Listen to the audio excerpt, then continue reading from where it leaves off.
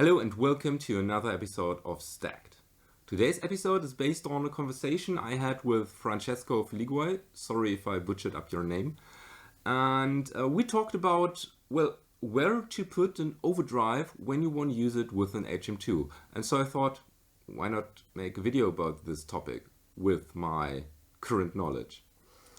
So, signal chain is guitar into HM2, and I chose to use the Wazacraft Boss HM2 in standard mode. And this goes into my Fractal Audio XFX. I've enabled just 2 blocks, an amp block and a cap block. For the cap I used my Greasy Beard IR, and for the amp I used the Marshall Brit Pre. It's based on an JMP1 preamp, I think. And the gain is at 3, bass 5, mid 6, treble 5, master volume 4, and that's the sound without the pedal.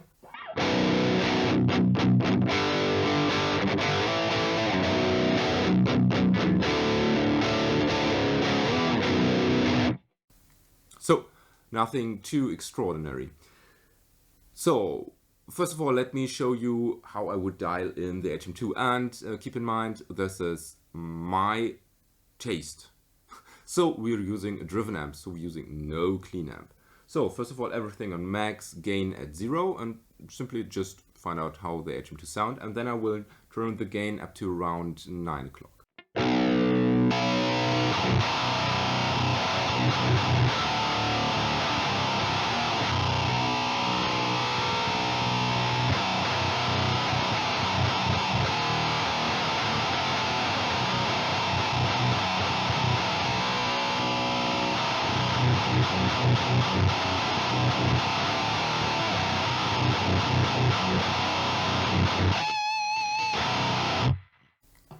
Okay, right now it sounds really awesome. I let the gain at 0 because then it's more chunky. So now let's implement an overdrive, and I've chosen 2 overdrives actually. Looks a bit messed up. I've chosen the Boss Super Overdrive SD1 because it's my favorite inexpensive overdrive, and then I've chosen the Lichtlaerm King in Yellow because it has way more features, so I think I'm able to show you better what the pedals actually do. So, way 1, put the overdrives in front of the HM2. So why would you do this? You would do this to basically shape the sound that's going into the HM2, meaning shaping the sound of your guitar basically. And well, let's do this.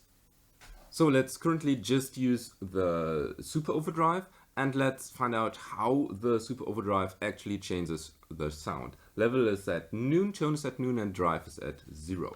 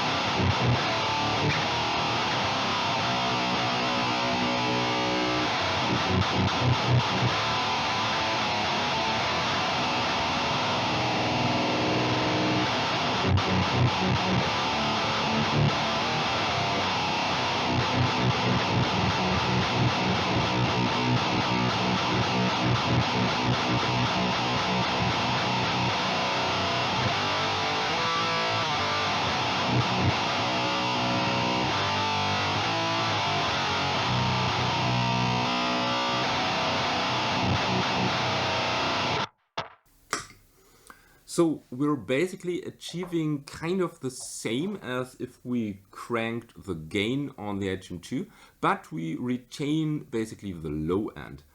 So when would I use this approach? I personally would use this approach if I'm not quite happy with the pickups of my guitar, because I can easily with the level control dial in or dial back output. I can even stack this with a drive, basically give some more saturation to the HM2. And with the tone control, I would basically make my pickups brighter or darker. So very bright pickups, or maybe I have very bright pickups in an ash body with a maple neck and maple fretboard. It's very, very bright. I can turn down, and very dark sounding guitars I can brighten up. As for this guitar, I think it sounds really balanced, so I wouldn't toggle with this. And actually, I just think it sounds better with just a bit of drive. Those are Bernacle Cold Sweet. I don't know if they have the most output, but I prefer my HM2 with a bit more gain. But when I cranked it on the HM2 itself, it was it almost lost all its low end. So I used this. Now, let's do the same with the King in Yellow, actually, because here we have a 4-band EQ, and I can show you a bit more how it sounds if we emphasize or decrease certain frequencies on our guitar.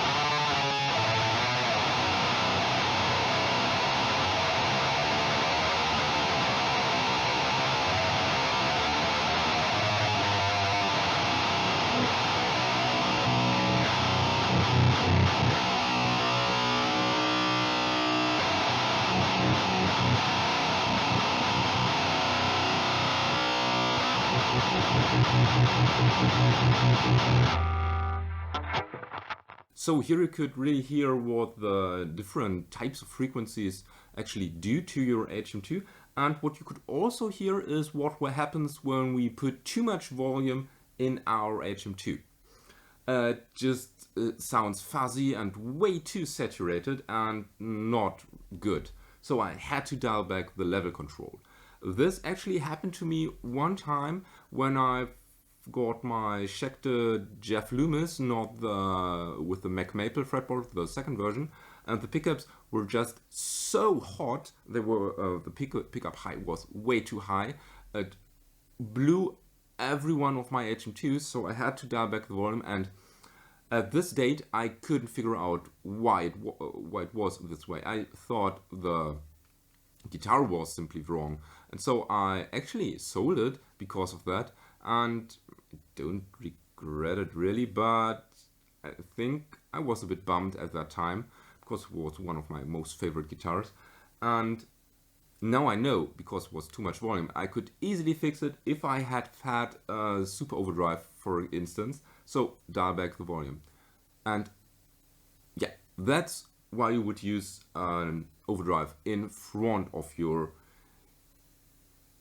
HM2. So now let's put it after the HM2. So when we put the overdrives after the HM2, we basically do two things, and it basically depends on your approach or how you see it, but the concept stays the same. So you could either say we shape the sound of the HM2 itself, or how I see it, I shape the sound of the amp that I'm sending the HM2 into. So, we basically can give the amp more gain and see how this works. So first of all, here's again our standard sound, and then I will dial in the super overdrive, and well, let's find out how this sounds.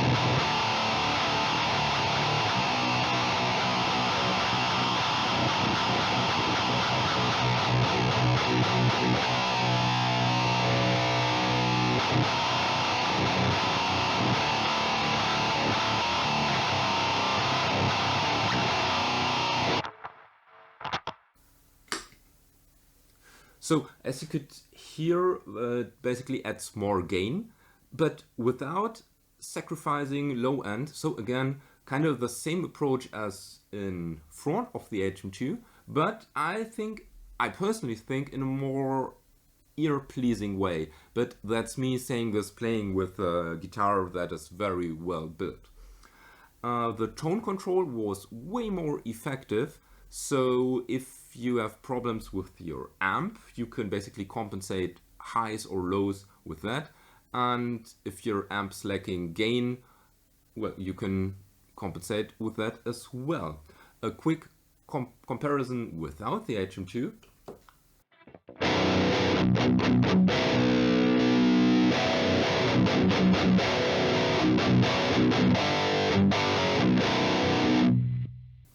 So I'm not adding a huge amount of gain, basically just a tad. I could practically do it with the amp as well, but I prefer it actually this way because then it cuts some low frequencies that I can't get rid of unless I do it in post, and I want to have the sound as good as I can right from the source.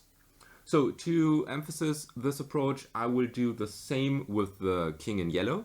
And again, this one has way more EQ options, so you can hear what I can do.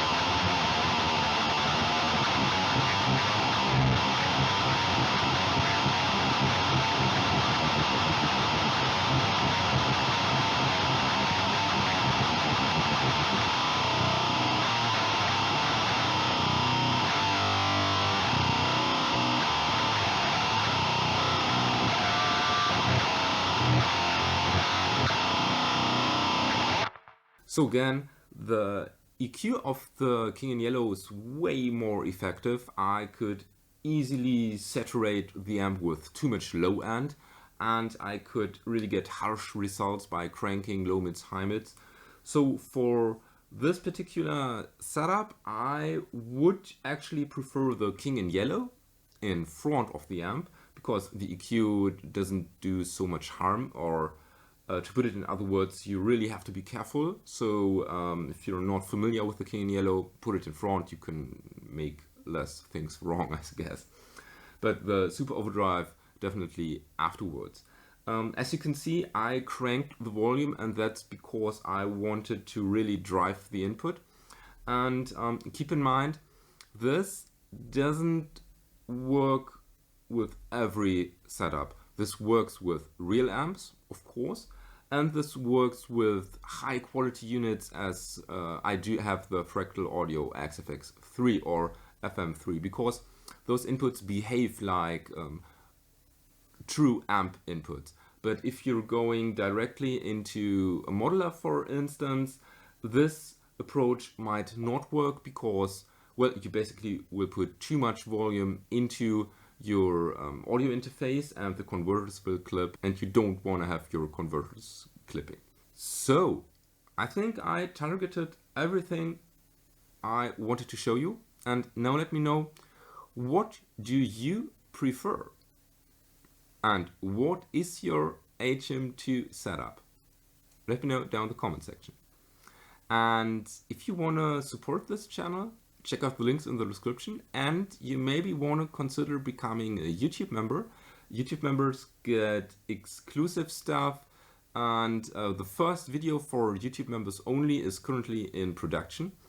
And yeah, if you want to find out what it is, stay tuned. Apart from that, thank you for watching. Don't forget to subscribe. May the force be with you, and have a nice day.